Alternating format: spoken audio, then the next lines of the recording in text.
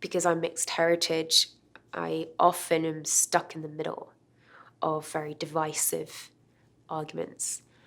And I find the middle ground very naturally, and people call that sitting on the fence, which I think is offensive. Oh gosh, I didn't even mean to do that.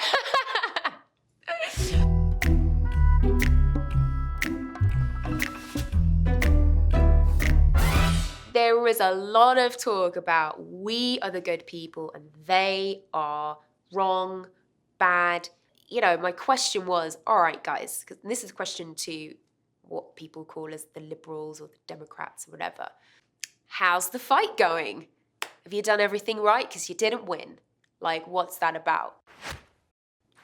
What's up on the other side? Is it greener? Is it better? Are we free?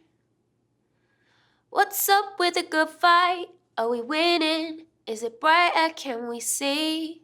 We are on the greener side. We're in the West. We're in the wealthiest part of the population of the globe. Have we got ourselves freedom?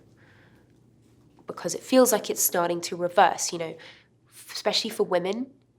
The things that we fought for are being taken away. Some use sticks, some use stones, the bones buried in our broken homes. Oh no. Run it up. I swear it's simple, turn up the love. I think that innocence can be confused with ignorance, and I don't think that's healthy. I think that we're born with a huge amount of love, and then we basically just pile things on top of it to like stop it from coming out.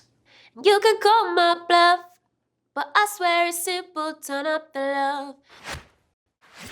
Turn up the love. I swear it's simple, turn up the love. We had a devastating thing happen in London called the Grenfell Tower fire.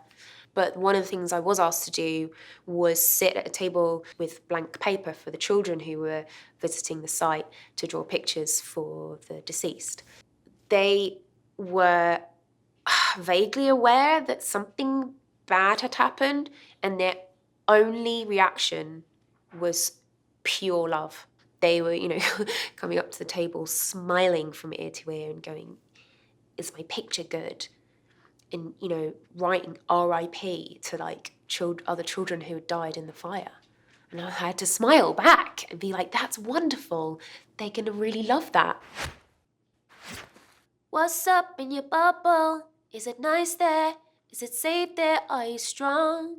I had written down what it was like when Trump came into power. I did see a few different reactions, and one was people just hiding from what was going on around them.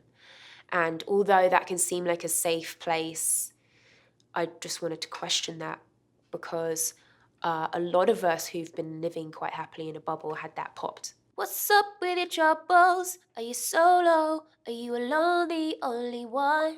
I'm not necessarily talking about people who are on the poverty line and being abused and things like that. I'm not questioning those kinds of troubles. I'm kind of talking about, you know, complaints, whining. Some use fire, some use grace. The ashes leave a bitter taste. Oh no.